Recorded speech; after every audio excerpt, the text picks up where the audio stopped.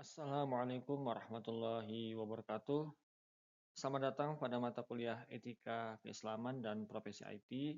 Pada pertemuan ketujuh ini, kita akan membahas mengenai studi kasus pelanggaran etika di bidang teknologi informasi.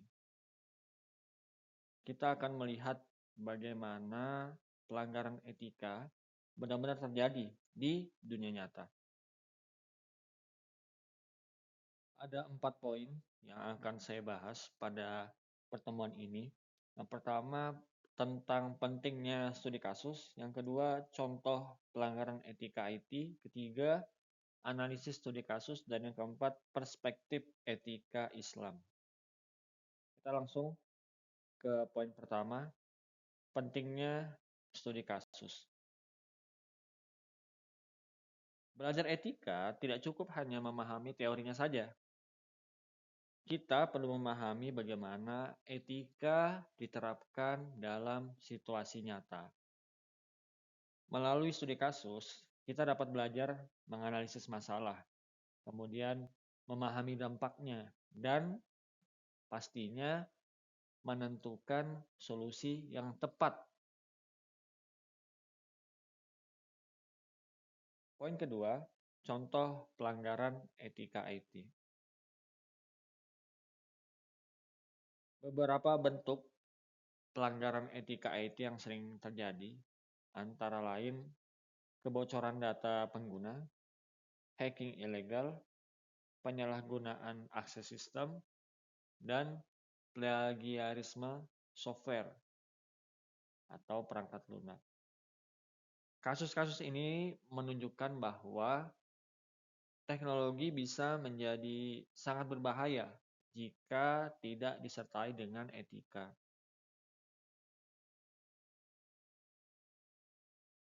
Lanjut ke analisis studi kasus.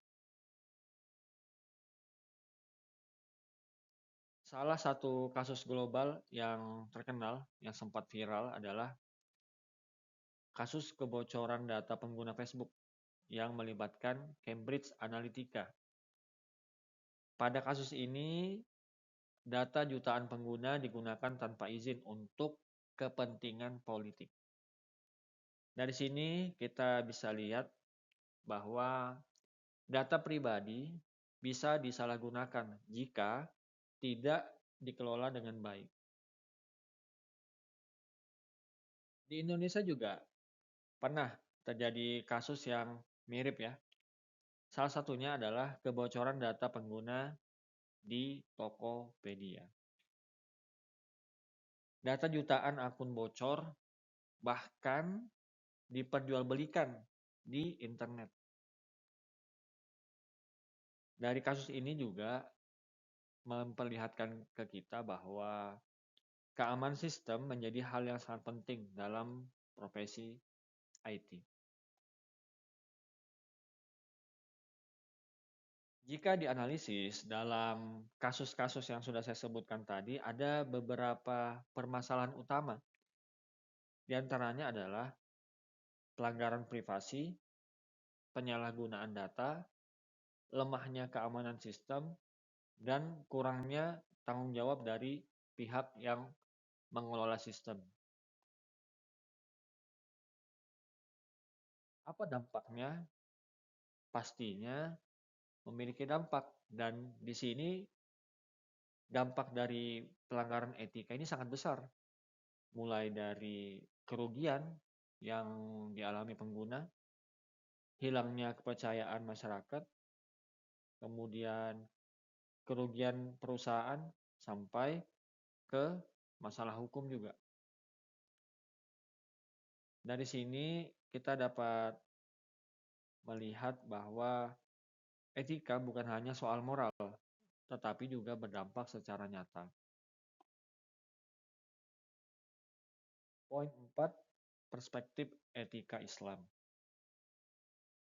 Dalam perspektif Islam, tindakan seperti ini termasuk pelanggaran terhadap amanah.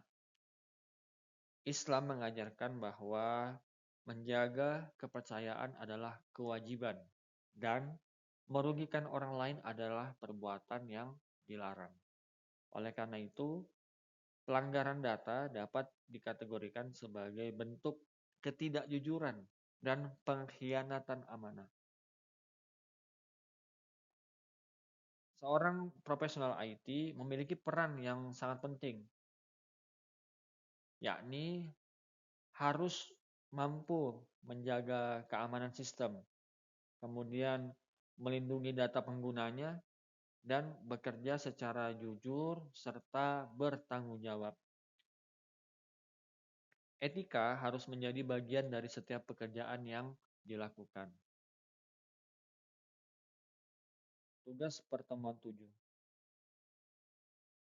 Untuk memperdalam pemahaman, teman-teman saya berikan tugas untuk menganalisis kasus.